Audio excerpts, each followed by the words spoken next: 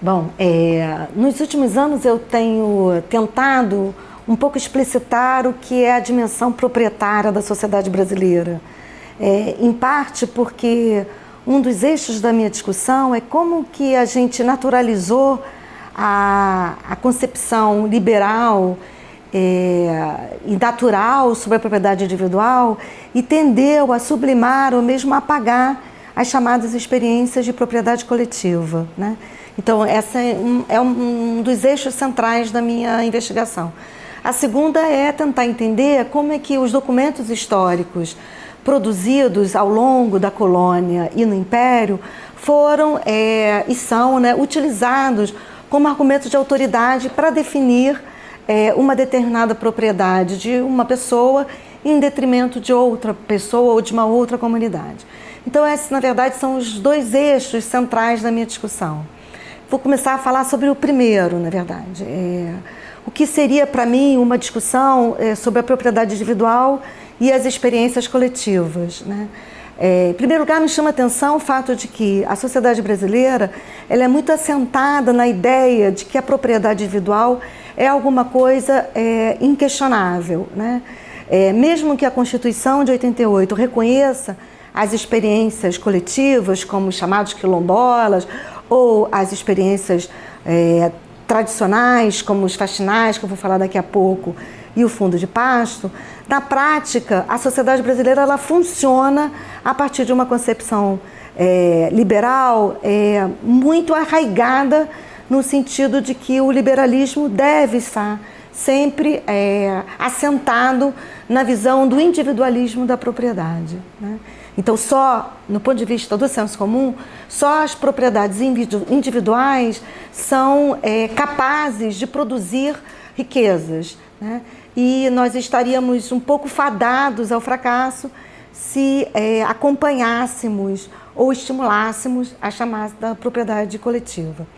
Na verdade, muito dessa discussão ela é tributária de uma economista norte-americana, Ellen Ostrom, que em 2009 ganhou um prêmio Nobel de Economia muito calcada nessa reflexão, né? Ela, de certa forma, ela é muito inspirada no Thompson, para um leitor mais atento, mas ela estava tentando responder a um outro ganhador do Prêmio Nobel da Economia dos anos 50, que havia escrito um livro chamado A Tragédia dos Comuns, onde ele defendia que, em comparação à propriedade coletiva, a propriedade individual, ela necessariamente produz mais riqueza.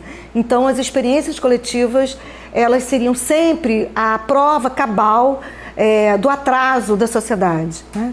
O fato desse economista ter ganhado antes um prêmio Nobel de Economia e 50 anos depois outro economista refaz a análise, tem a ver com o fato de a Ellen Ostrom ter estudado a experiência indiana, que, como todos os historiadores econômicos sabem, é quase um enigma, né, de reflexão, como preservar as propriedades coletivas numa sociedade que se sabe capitalista. Então, para mim, essa inspiração, ela alimentou muito as minhas discussões sobre essa dimensão, essa percepção da propriedade coletiva, né? Quer dizer, como é que as pessoas funcionam em sociedades onde a propriedade coletiva é a regra e não a exceção. E aí eu comecei a prestar atenção em duas experiências de propriedade coletivas que existem na sociedade brasileira e quase sempre são estudadas pelos historiadores culturais. E eles ressaltam aspectos mais festivos dessas manifestações e menos o aspecto mais dramático dessas experiências coletivas. A primeira a gente conhece como o nome dos faxinais. São experiências de uso coletivo que remonta ao século XIX no Paraná. Alguns antropólogos apostam que essa experiência ainda é mais antiga, mas o fato é que, neste caso, chamados faxinais, os faxinalenses, como são conhecidos hoje, eles têm a propriedade coletiva da terra, né? E os porcos são marcados. Então, o que é propriedade privada para eles são os animais, né? Mas como eles são herdeiros de uma experiência de pequenas parcelas de terras, em algum momento ainda não se sabe em que momento isso se constituiu, houve uma aposta na propriedade coletiva. Alguns falam que essa experiência teria vindo de Portugal, é verdade. Portugal tem várias experiências coletivas durante o século XVIII e XIX. Outros falam que seria uma junção entre a experiência indígena e a experiência portuguesa. Bom, na prática ninguém sabe, né, como se gestou esta experiência, mas a verdade é que ela ganhou muita visibilidade a partir da Constituição de 88, onde pelas normas então vigentes, se consagrou a propriedade coletiva dessas chamadas comunidades tradicionais, né? E o Paraná é um exemplo emblemático porque foi o primeiro estado a regulamentar essas experiências coletivas. Há uma legislação do Paraná que protege essas experiências.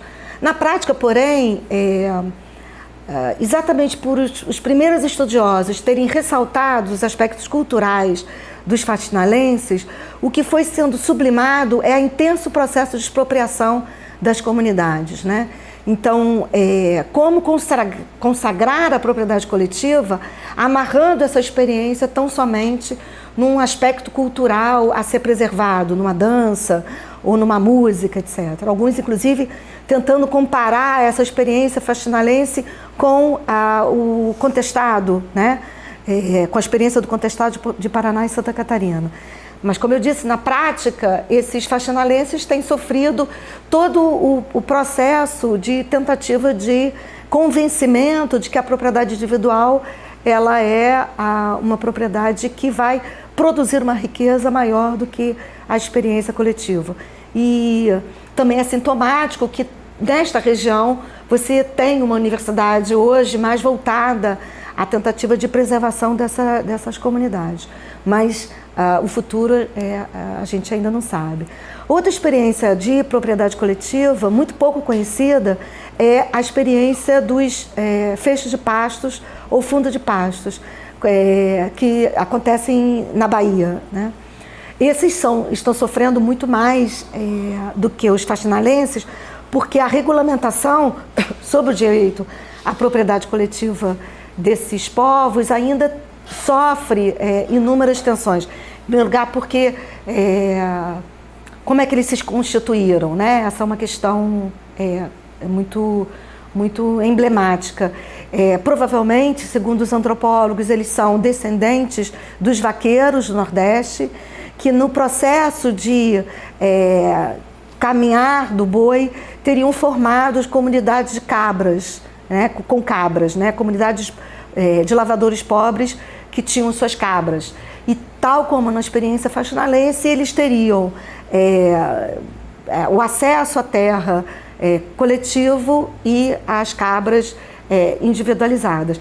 No caso dos feixes de pasto, a questão é ainda mais dramática, porque essa experiência coletiva ela é o resultado da escassez de água. Então, como eles não tinham muita água para alimentar, né, salvaguardar a sua propriedade mais valiosa, que seriam as cabras, eles se uniram, né, e estiveram no entorno das regiões onde havia água. Não à toa, né, nos últimos anos, eles têm sido objeto de intenso processo de expulsão.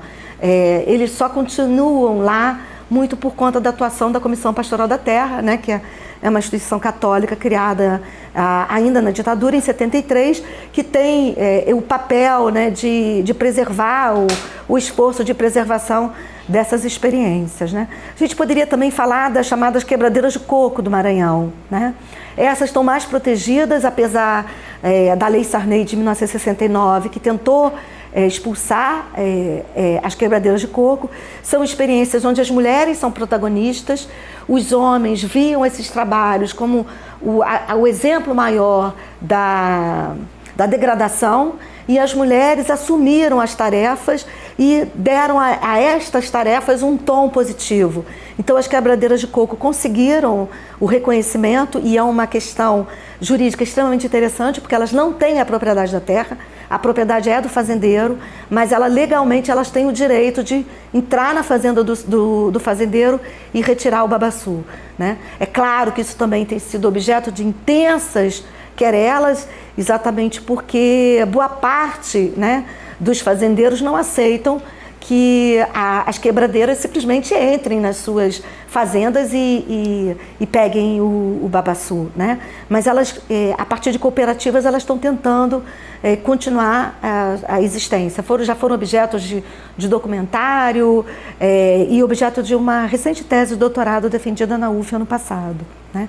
Então, essa é uma das primeiras discussões que eu tenho tentado travar. A segunda é, se a gente acredita efetivamente na ideia da propriedade individual como algo inquestionável, o desdobramento quase que necessário disso é a naturalização com que a gente lida com a questão das grilagens, né? Uma vez eu recebi um suíço e ele, muito assustado com a questão das grilagens no Brasil, me perguntava por que os brasileiros não se mobilizam contra essa ação criminosa, quer dizer, o fato das pessoas usarem documentos antigos e forjarem uma ocupação que se sabe criminosa. E eu disse, porque nós não somos a Suíça, né? Nós não temos 5 milhões de habitantes e não somos um país tão pequeno. Nós somos um país de dimensão continental, com uma quantidade inenarrável de pessoas. É muito difícil você dar visibilidade a essas experiências que são, em geral, ocorridas no norte e no nordeste do Brasil, né? O Pará, que é o campeão, infelizmente, o campeão brasileiro das grilagens, né? Com fazendeiros que ocupam um território do tamanho de Portugal, né? Ou seja, onde dariam para morar 9 milhões de pessoas.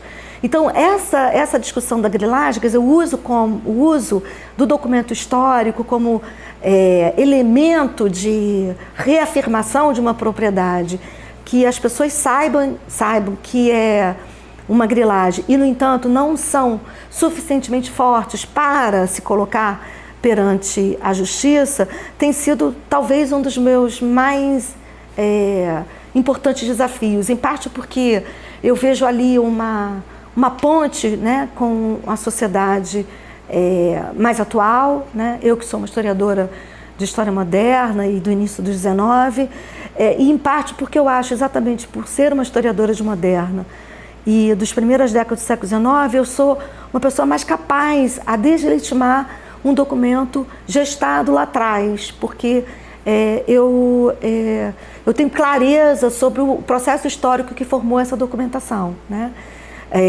Há pouco mais de um mês, o próprio Exército queria expulsar uma comunidade da aldeia de Imbuí, aqui em Jurujuba, alegando que eles eram, o corpo, né, do Exército era os verdadeiros detentores daquela comunidade. Eram 400 soldados, um helicóptero e um barco para expulsar 25 famílias, né? E eles me descobriram por acaso. E, na verdade, bastou usar um documento conhecido como Almanac Lemmert, que nós chamávamos nos anos 90 das páginas amarelas do Brasil. Hoje não existem mais páginas amarelas, mas é um conjunto de listas, né, de nomes. E só com esse documento eu consegui destruir a cadeia sucessória que o Exército queria imprimir, né? O fato de argumentar que aquilo era uma fortaleza já construída em 1870 e que os pescadores que lá residem teriam chegado antes. E pelo Almanac Lemmert já tinha ali a lista das pessoas que tinham chegado e um deles era o inspetor de quarteirão. E, para quem não sabe, inspetor de quarteirão é uma função pública no 19 muito importante, né? É um indivíduo que tem legitimidade para se instituir como aquele que vai inspecionar e vigiar a comunidade. Para ser inspetor de quarteirão, era preciso ter pelo menos 25 casas construídas e um dos ascendentes dessa comunidade era exatamente um inspetor de quarteirão, né? Então, em apenas 6 páginas, eu consegui demonstrar o quanto que a ausência de uma reflexão sobre história da ocupação permite tanto os fazendeiros como o próprio Estado, nesse caso é o Estado versus o Estado, produzirem uma versão da ocupação que quase sempre destrói as comunidades coletivas, né? E a nossa capacidade de olhar a ideia da propriedade individual como uma das opções possíveis numa sociedade capitalista e quem sabe o dia sermos capazes, né, de produzir uma sociedade mais igualitária, passa, em primeiro lugar, por uma reflexão sobre como é possível que essas propriedades coletivas construídas e gestadas, às vezes 100 anos, são destruídas tão facilmente, como a própria Praia do Sono, em Paraty, né? Que eu havia ajudado a fazer um laudo em 89 e descobri semana passada que eles estão novamente sendo expulsos. Então, como é possível que uma experiência tão marcadamente histórica, tão indiscutivelmente histórica, tão legitimada pelo direito, pela justiça, esteja ao mesmo tempo tão frágil diante de uma memória que se firma no Brasil, pautada na ideia da propriedade individual como sinônimo de riqueza e da propriedade coletiva como sinônimo da pobreza e do atraso.